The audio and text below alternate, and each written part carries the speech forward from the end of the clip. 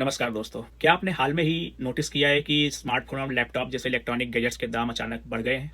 Apple जैसी बड़ी कंपनियों ने बिना किसी नए मॉडल को लॉन्च किए साल के बीच में ही प्राइस में करीब 15 से 20% तक का बड़ा इजाफा कर दिया है। जब इस प्राइस हाई का कारण पूछा गया तो कंपनियों का ऑफिशियल स्टेटमेंट काफ़ी हैरान करने वाला था। उनका कहना है कि इस समय ग्लोबल मार्केट में एआई यानी आर्टिफिशियल इंटेलिजेंस को लेकर एक बड़ी होड़ मची हुई है, जिसके कारण कंप्यूटर चिप्स और कंपोनेंट्स की कॉस्ट जो है रिकॉर्ड लेवल पर पहुंच गई है।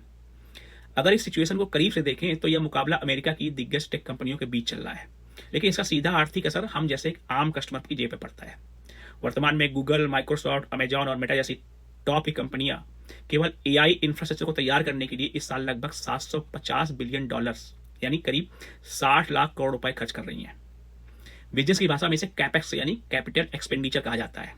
अब सबसे बड़ा सवाल यह उठता है कि क्या यह भारी भरकम इन्वेस्टमेंट टेक वर्ल्ड की एक नई क्रांति है या फिर एक ऐसा एआई बबल है जो कभी भी क्रैश हो सकता है। आज की इस वीडियो में इसी विषय पर एक गंभीर विश्लेषण करेंगे।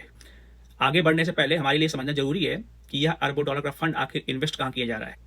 आमतौर पर लोगों को लगता है कि जब वे अपने स्मार्टफोन पर चैट जीपीटी या जेमिनाई जैसे टूल का उपयोग करते हैं तो सारी प्रोसेसिंग उनके डिवाइस में होती है, लेकिन ऐसा बिल्कुल नहीं है। आपका डिवाइस केवल एक स्क्रीन है। असली डेटा प्रोसेसिंग और कंप्यूटिंग आपके डिवाइस से हजारों किलोमीटर दूर बने इंडस्ट्रियल वेयर हाउस में होती है, जिन्हें हम डेटा सेंटर कहते हैं। इन डेटा सेंटर्स के अंदर मेटल रैक्स में लाखों की संख्या में सुपर कंप्यूटर चिप्स जैसे एनवीडिया के जीपीयू इंस्टॉल किए जाते हैं, जो 24 घंटे काम करते हैं। एक बड़े स्तर के एआई डेटा सेंटर को बनाने और उसके मेंटेनेंस का खर्च लगभग 10 से 25 बिलियन डॉलर तक आता है।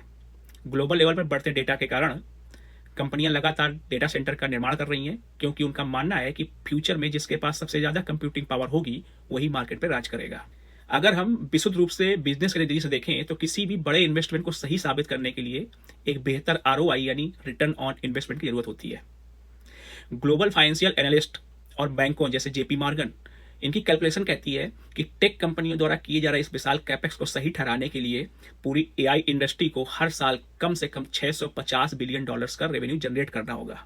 लेकिन अभी की हकीकत इसके बिल्कुल उल्टा है। इस समय दुनिया की सारी प्रमुख एआई कंपनियां जैसे ओपन एआई, एंथ्रोपिक्स, गूगल जेमिनाई, ये सब मिला करके भी मुश्किल से सालाना 75 से 80 बिलियन डॉलर्स का रेवेन्यू ही जनरेट करती हैं। इसके अलावा ये कंपनियां वर्तमान में अरबों डॉलर के नेट लॉस पे भी चल रही हैं। यानी सीधे शब्दों में कहें तो आज के इन्वेस्टमेंट और वास्तविक रेवेन्यू के बीच लगभग 10 गुना का बड़ा फासला है। यही कारण है कि जिन कॉर्पोरेट क्लाइंट्स और इंटरप्राइज के भरोसे इस रेवेन्यू मॉडल की कल्पना की गई थी, वे अब भारी भरकम बिलों के कारण अपने कदम पीछे खींच रहे हैं। रिपोर्ट्स की माने तो लगभग 75% कंपनियों को एआई का इस्तेमाल करने के बाद भी कोई वित्तीय लाभ या आरओआई नहीं मिल पा रहा है। बात आती है क्या तकनीकी इतिहास में इस तरह का असंतुलन पहले भी देखा गया है? इसका जवाब है हाँ। वर्ष 2000 के दौरान आया .com बबल इसका सबसे बड़ा एग्जाम्पल है। उस दौर में इंटरनेट को लेकर दुनिया में एक ऐसी ही दीवानगी देखी गई थी। कंपनियों को लगा कि इंटरनेट रातों रात बिजनेस के तौर तरीके बदल देगा। नतीजा यह हुआ कि टेलीकॉम कंपनियों ने बिना किसी पक्के रेवेन्यू मॉडल के जमीन के नीचे लाखों किलोमीटर का फाइबर ऑप्टिकल केबल बिछाने शुरू कर दिए और लगभग 500 बिलियन डॉलर से अधिक का इन्वेस्टमेंट किया गया। परंतु उस समय इन्वेस्टमेंट का उपयोग करने वाले कंप्यूटर्स और जरूरत एप्लीकेशंस उतने ज्यादा मात्रा में उपलब्ध नहीं थे। नतीजा यह हुआ कि 95% से अधिक इंफ्रास्ट्रक्चर सालों तक बेकार पड़ा रहा। मतलब पैसे इन्वेस्ट हो गए पर उसमें कोई रेवेन्यू जनरेट नहीं हुआ। अरबों डॉलर की कंपनियां दिवालिया हो गई और शेयर बाजार पूरी तरह क्रैश हो गया था। लेकिन इस कहानी का एक दूसरा पहलू भी है। वो फाइनेंशियल बुलबुला फटा जरूर, लेकिन इंटरनेट टेक्नोलॉजी खत्म नहीं हुई। कुछ सालों बाद जब यूट्यूब, नेटफ्लिक्स और आधुनिक स्मार्टफोन का दौर आया तो इसी बुनियादी ढांचे का उपयोग करके आज की डिजिटल इकोनॉमी का निर्माण हुआ। एआई के संदर्भ में भी यही सिद्धांत लागू होता है। तकनीकी पूरी तरह से असली है, लेकिन वर्तमान में जो मार्केट की हाइप है वो वास्तविक आंकड़ों से कहीं ज्यादा है। अब प्रश्न उठता है कि इस ग्लोबल हलचल का भारत और यहाँ के आम नागरिकों पर क्या प्रभाव पड़ सकता है।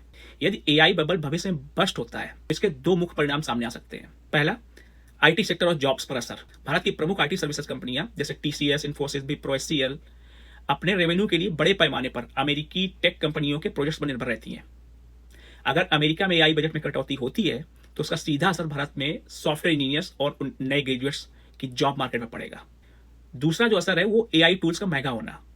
वर्तमान में जो एआई टूल्स हम फ्री या बेहद कम दामों पर उपयोग करते हैं जैसे चैट जीपीटी, कंपनियां अपना घाटा कम करने के लिए उनके सब्सक्रिप्शन फीस में भारी बढ़ोतरी कर सकती हैं। ऐसी स्थिति में क्या होगा कि जो एडवांस एआई तकनीकी केवल बड़ी कंपनियों तक सीमित रह जाएगी या फिर कुछ लोग ही उसको अफोर्ड कर पाएंगे। डिस्कस के तौर पर टेक जगत के दिग्गज फाइनेंशियली बहुत स्ट्रांग है और उनके पास बहुत पैसा है, इसलिए तुरंत कोई ऐसी क्रैश की संभावना तो नहीं दिखती है। लेकिन जिस स्पीड और स्केल पर पैसा इन्वेस्ट किया जा रहा है यह निश्चित रूप से एक बड़ा इकोनॉमिक रिस्क है। आप इस विषय में क्या सोचते हैं? यह टेक हिस्ट्री का सबसे बड़ा आर्थिक बुलबुला है या फिर मानव इतिहास का सबसे बड़ा क्रांतिकारी और बड़ा दांव साबित होगा? अपने विचार कमेंट सेक्शन में जरूर लिखिए। यदि आपको ये वीडियो अच्छा लगा हो तो लाइक और शेयर जरूर करिए।